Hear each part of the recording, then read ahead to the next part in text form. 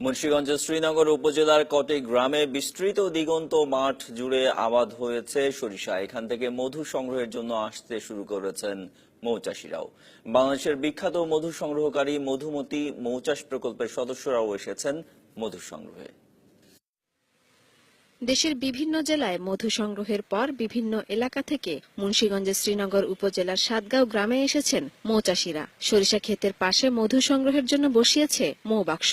এবার সরিষা ফুল ভালো হয়েছে, আর তাই মধু বেশি পাওয়ার আশা করছেন তারা। প্রথম 3টি টান দিয়েছি। প্রথম টানে 9 মণ, পরবর্তী টানে 12 মণ ও পরবর্তী টানে 16 মণ পেয়েছি। আমরা থাকবো এখানে 10 থেকে 15 দিন। আমরা শরীয়তপুরে ধুনিয়া কালিজেরা আছে, ওখান থেকে মধু সংগ্রহ করব। তারপর আমরা গাজীপুরে আছে লিচু, ওখান থেকে আমরা মধু সংগ্রহ করব। মধুমতি মৌচাষ প্রকল্পের পরিচালক জানান, বিদেশি প্রজাতির মৌমাছি আসায় সরিষা খেতে ভালো মধু পাওয়া যাচ্ছে, আর এসব মধু 400 টাকা কেজি দরে বিক্রি করছেন। বিদেশি প্রজাতি আসাতে আমরা এখন অনেক মধু পাই।